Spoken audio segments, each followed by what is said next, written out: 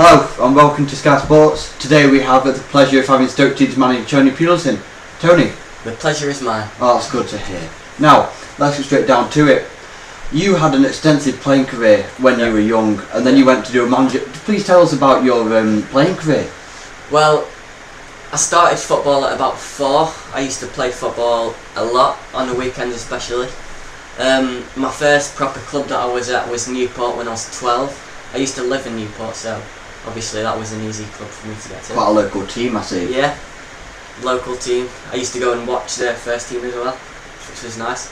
Anyway, my career was, I was at Newport from 12 till about 18 when I got my pro contract at Bristol Rovers, and from Bristol I played there for about 5 years, and at the end of my career I was playing at Bournemouth as a centre back. So Bournemouth was quite a varied, from Bristol going down to Bournemouth on the south coast. Yeah.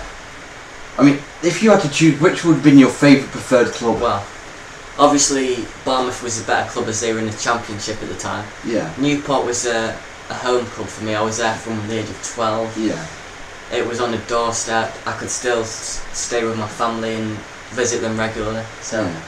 Was it a difficult choice going at the end of your career, going to a Championship club, considering you had gone in the Premier League and the Division 1 as it was known then?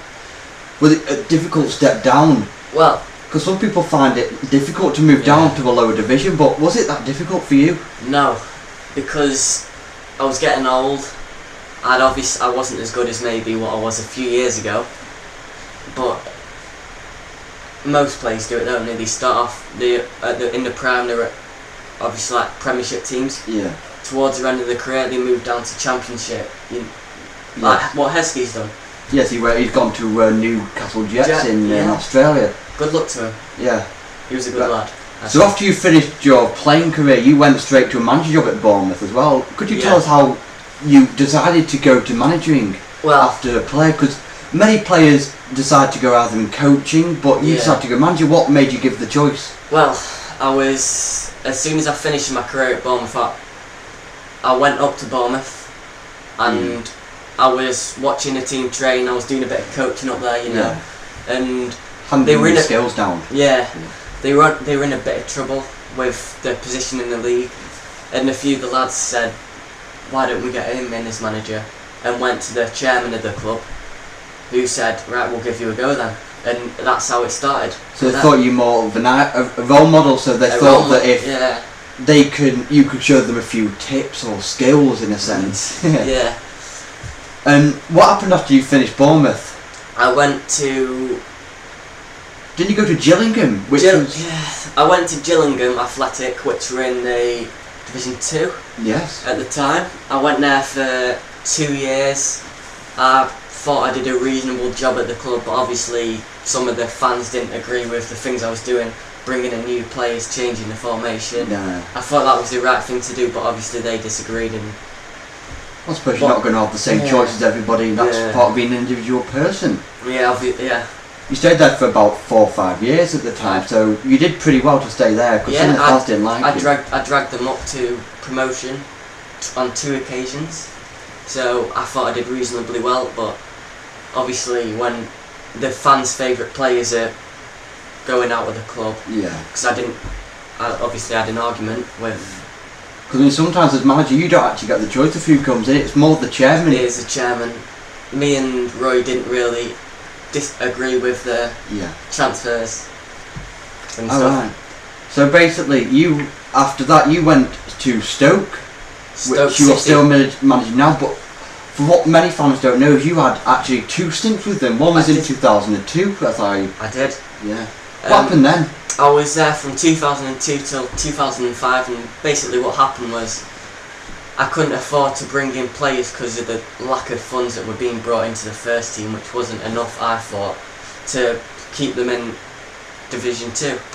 So I decided to take a year off.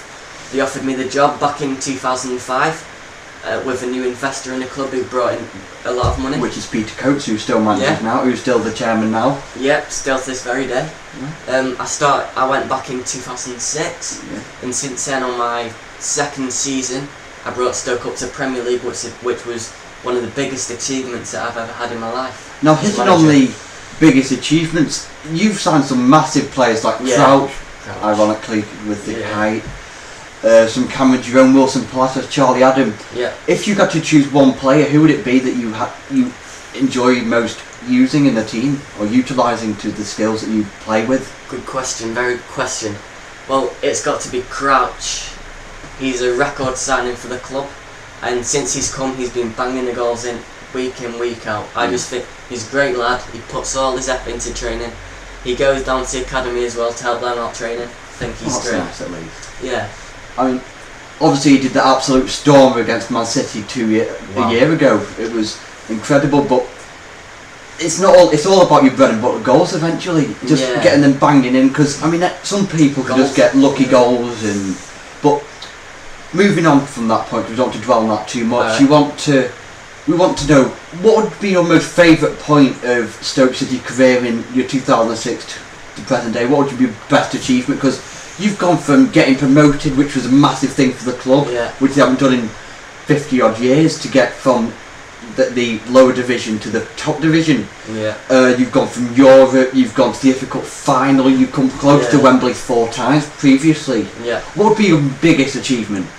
Very good question. I'm afraid it has to be, well, it's a close one actually, Europe. And the road to Europe through playing the FA Cup, in which beating Bolton 5-0, which was amazing. It was insane day apparently. One of the players described it as, Edmonton described it as one of the greatest days of his life. Having 35 Stoke fans yelling his name and singing along and enjoying the day. But you went back 3 weeks later and lost to Man City on an unfortunate day for you. Unlucky that day. But was the players' morale lowered in any sense from that day? Because you seemed to tail off at the end of that season. Well, as you probably know about the drugs test before the game, our players were tested for the drugs, and the Man City players weren't tested for the drugs. And in fact, one of their players, Carlo Torre, has actually been taking drugs. So I thought we were fuming before the game about that, and it dragged the team's morale down. So, but obviously 1-0's not a bad team against City, who were the richest club in the world. And the champions of England at the moment, aren't they? But at the time they weren't. But they won the rise to it. They could have won it, I suppose. So that's not too bad, because every pundit had written you off to win it, or even get close to it. And there was one which was something like 5-1 for you to lose 3-0, which is sort of, I don't know, more of disrespect to your club, because you play a tight ship in a sense. You play a nice defensive unit, and you get always put as a long ball team. But would you think that's a fair reflection on your team? I don't. I think we've changed a lot in this last season. We've started to pass the ball about, and in fact I think we're one of the best footballing sides in this Premiership this year. Who would you say is the best passing side in the Premier League? Well, obviously you've got your Arsenals. I won't cancel Swansea out, because as you know they're a very good passing team. Michael Laudrup's come in with a good Spanish technique. I think Chelsea have improved a lot this last season with the signs of Oscar, Hazard. They've improved a lot. But I think you can't beat Arsenal. No. Right then, we haven't got long left, but I'm going to ask you, what would be your main target for the next 3 years, and what do you hope to achieve realistic, not going on and win the Premier League? Because, not disrespect, you're not going to get it in the next year, because the squads that you've got ahead of you, like Arsenal and the Cities, are not as close to yours. You're a little bit behind, not far, but you need to be realistic. What would you want to achieve? Well, my targets for the next 3 years is probably bringing in some new signings, some good academy players. We want to invest in the academy to try and improve the facilities and bring in new players. Because you're category 1 at the moment in the academy, which is the top you can get, which is quite... Because your Peter Coach was saying how that he was hoping to get more players in so he didn't have to spend much more, which is sort of understandable with the players you can bring in from the youth to bring in an academy, which is brilliant. But would you say top 10 would be a realistic target for this season?